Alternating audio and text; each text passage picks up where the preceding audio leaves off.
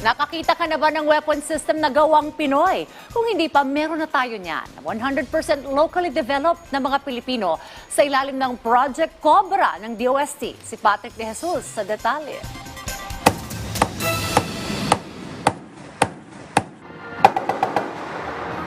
Sa tulong ng isang remote-controlled weapon station, inasinta ng caliber 50 machine gun mula sa armored personnel carrier ng Philippine Army ang mga target sa isang capability demonstration sa Camp O'Donnell sa Capas, Tarlac. Ito ay ang Project Cobra o ang controller-operated battle-ready armament na 100% locally developed ng mga Pinoy.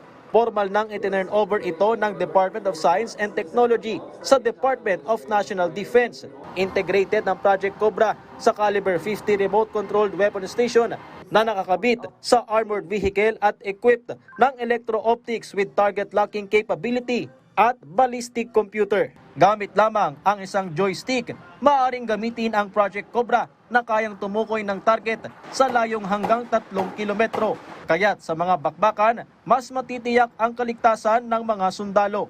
With the manual, it's very dangerous for our soldiers. They are exposed to enemy fire. And with this, all the operations in manning the gun, firing the gun, will be done inside the APC. Huwag po kayong mag-alala. This cobra does not bite.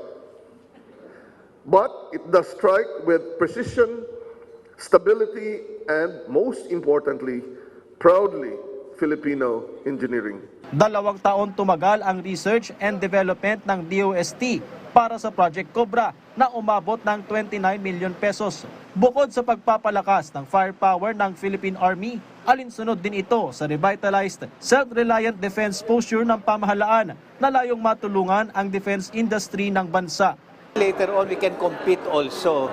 Our local defense industry can also later on, aside from tayong sinusuplayan, with that capability na at par na sa ibang countries' defense industries, then our local industry can also supply to our allies. So malaking bagay sa ekonomiya natin. As we have learned from conflicts in Europe and the Middle East, supply chain reliability is of the utmost importance. Therefore, the implementation of the SRDP program through projects such as COBRA not only brings economic benefits to our people, it also builds our resilience. Sa ngayon ay may isang unit pa lamang ng Project Cobra, pero target ng Philippine Army na lahat ng kanilang armored vehicle ay malagyan nito. Ayon sa DOST, may 5 manufacturer na rito sa Pilipinas ang nagpahayag ng interes para mag-reproduce. Hopefully, once na nag-mature na ito, na-test naman na, successful ang testing, very accurate, precise, and sustained naman yung mga yung mga parts nito kasi most of them are locally available. The maintenance nito, even the soldiers can maintain it kasi tuturuan sila ng DOST. Patrick De Jesus para sa Pambansang TV sa Bagong Pilipinas.